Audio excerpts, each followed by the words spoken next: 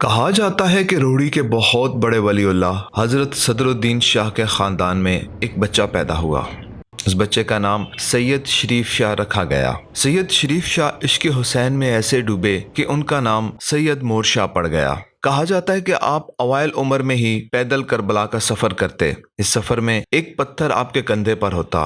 یہ جو میرے پیچھے آپ کو مزار نظر آ رہا ہے نا، یہ سائیں مور شاہ بابا کا مزار ہے، اور یہ جو اوپر آپ کو پتھر نظر آ رہا ہے بیسیکلی یہ وہ پتھر تھا جو وہ اپنے کندھے پر اٹھا کر یہاں سے سفر کرتے تھے اور کربلا جاتے تھے اور اس کے بعد واپس یہاں پر آتے تھے۔ آپ جب کربلا سے واپس آتے تو الٹے قدموں آتے تاکہ کربلا کی طرف پیٹھ نہ ہو۔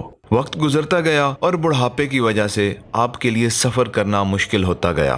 ایک بار آپ روضہ حسین پر بیٹھے اور رو پڑے کہ میرا جسم اب مجھے کربلا کے سفر کی اجازت نہیں دیتا۔ اسی دوران آپ کو نیند آ گئی۔ خواب میں زیارت حسین رضی اللہ تعالی عنہ ہوئی۔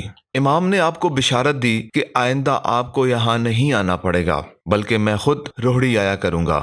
سید مور شاہ خوشی خوشی واپس آ گئے۔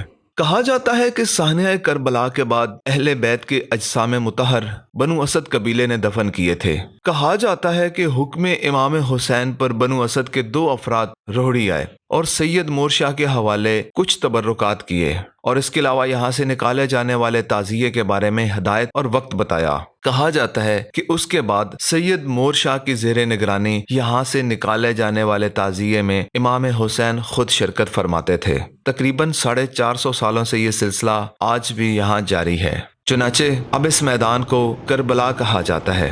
یہ میدان اگرچہ آبادی میں گھر چکا ہے لیکن اس کے ایک طرف حضرت علی کرم اللہ وجہہ کے روضے کی انتہائی خوبصورت شبیہ موجود ہے اور دوسری طرف حضرت امام حسین رضی اللہ تعالیٰ عنہ کے روضہ مبارک کی شبیہ موجود ہے۔